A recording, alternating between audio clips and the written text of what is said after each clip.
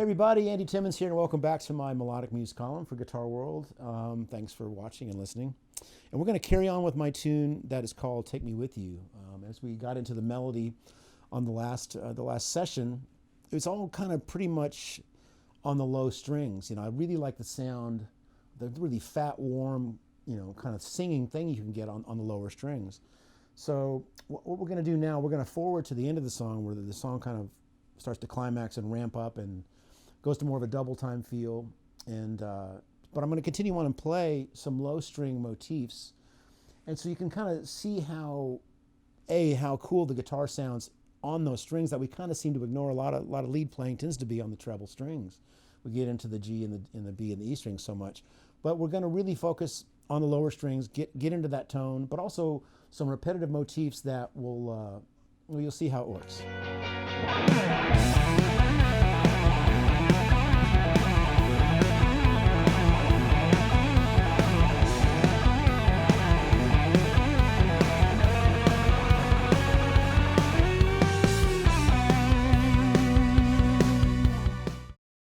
So this is it's a fairly simple set of notes. It's just that I'm letting the harmony do the work, if that makes sense, because it's the B minor,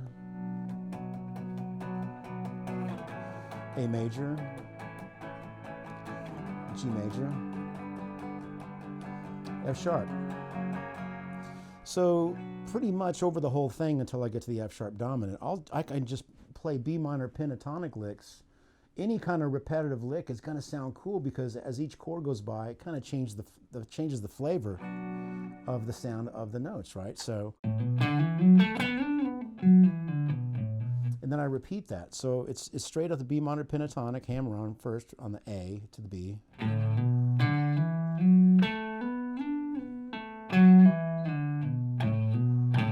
then I just repeat the whole thing, and once I've gone up and down that group of notes. Straight up the box position. And that's the one little thing that might be a little different for you, sliding from that B to the D, from the 9th fret to the 12th fret on the D string.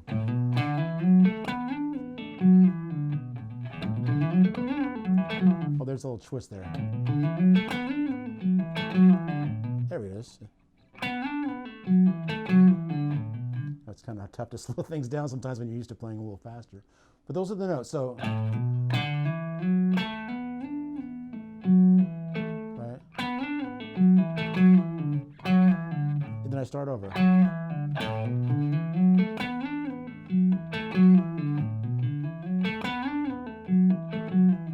Got to imagine the harmony changing underneath that.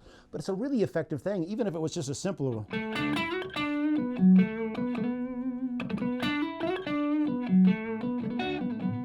And so what it does is, as each change goes by, it gives it a different meaning, and it gives the listener something to kind of really kind of grab onto, depending on all the other phrases that you're doing before and after.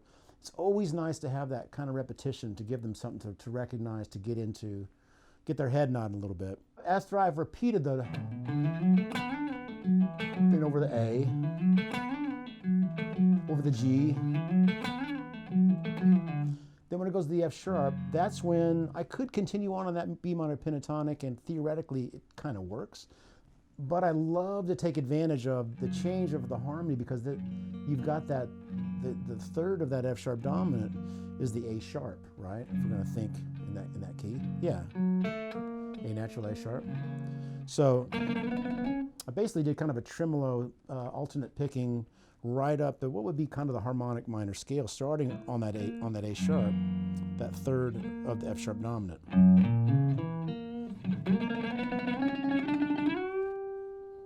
And I'm very fond of the flat 9 over that.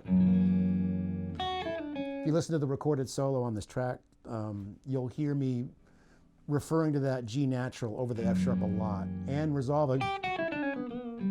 Because then over all the other B minor pentatonic, it's a flat 7 and flat 3rd. So that's your chance to really kind of give the listener the sense of the harmony in the melodies that you're playing. So I'll play the lick right before that.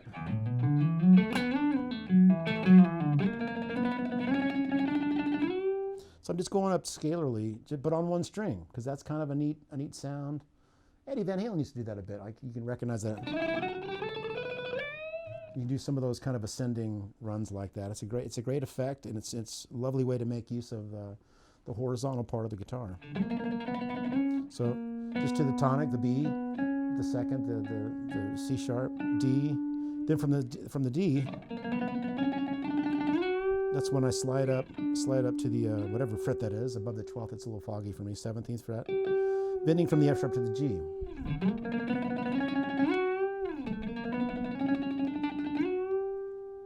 The added beauty of that G natural, when we get to that F sharp chord, it just has this sense of really needing to resolve. You know, it really wants to go somewhere. I want to hear that resolve back down to the F sharp, and usually down probably to the tonic, or down to that C sharp, which is another chord tone of that dominant.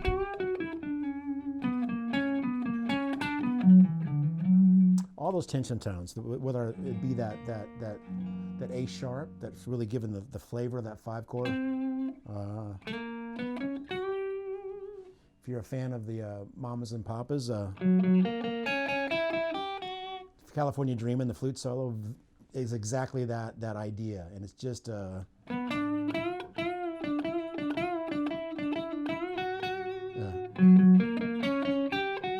that's not verbatim, but it's kind of the flavor, and that's maybe part of the reason why I hear this so readily, because that melody is so ingrained in my mind. But it all comes from somewhere.